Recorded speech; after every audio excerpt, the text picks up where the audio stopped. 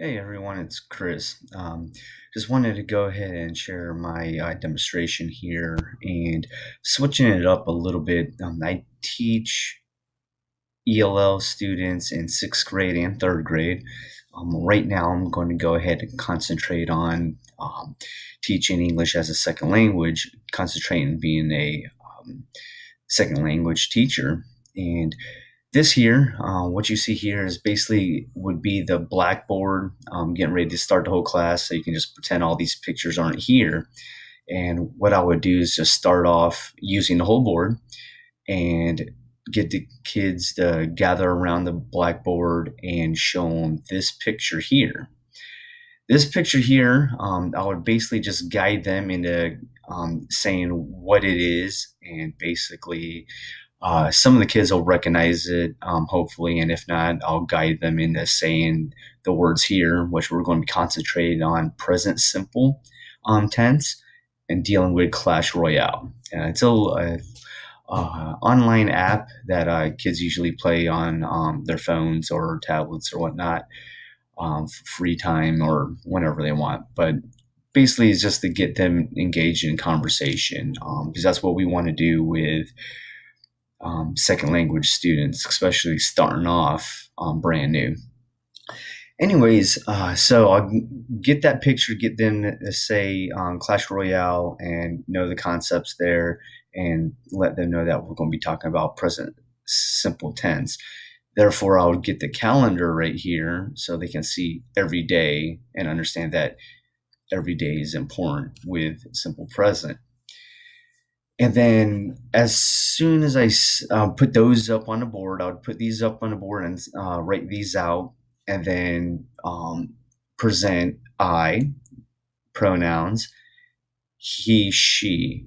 I don't want to make it too much for them to overload their little minds and everything, and just keeping it simple. So I'll start with I, just go around with that on the board, and then he and she.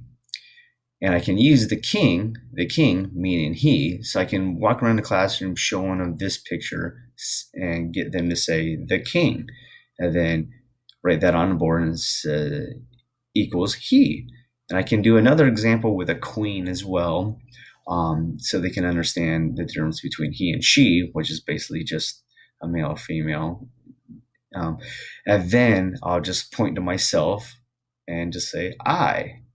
And then once I have those concepts on a board, that'll basically be what I'll be concentrating on. And I can go ahead and move on to the next picture, and that would be gold. Go around, get them to say gold, and then put it on the board right underneath both I and he, she. Then I can go ahead and use the word use. So I use, I'll write that on the board, gold. So that way they can associate I and use. And then I would go over to the he and she uses and write that and underline the ES, gold. So he uses gold. Once I put one or two concepts on a board, or contexts or variables, such as the gold or watch and watches, um, I'll go ahead and stop at those two and do a quick concept check. So that's my main let's see here, my main way of basically getting my formative assessment in while I'm going along with the lesson. So once I establish that formative assessment, I'll be ready to go ahead and start engaging them into an A-B conversation. Basically, just put a teacher over here, a student here, for example, and break off into the A-B conversation. So the first one would be, on Clash Royale, what do you do? The next one, I'll go back over here. I use gold. So I use gold. Now that can, of course, change. So this change, I would let them know on Clash Royale what does, and I can, of course, look at does and and let them know that that changes because of the present simple tense. What does he do? And the other student can answer, he uses gold. And once I do that once or twice and use those variables, I can go ahead and continue on adding different variables until I get to see where their level is, getting them to repeat the conversation here, and then say probably after a tax, if I think they're capable of doing another variable, I'll go ahead and add another variable.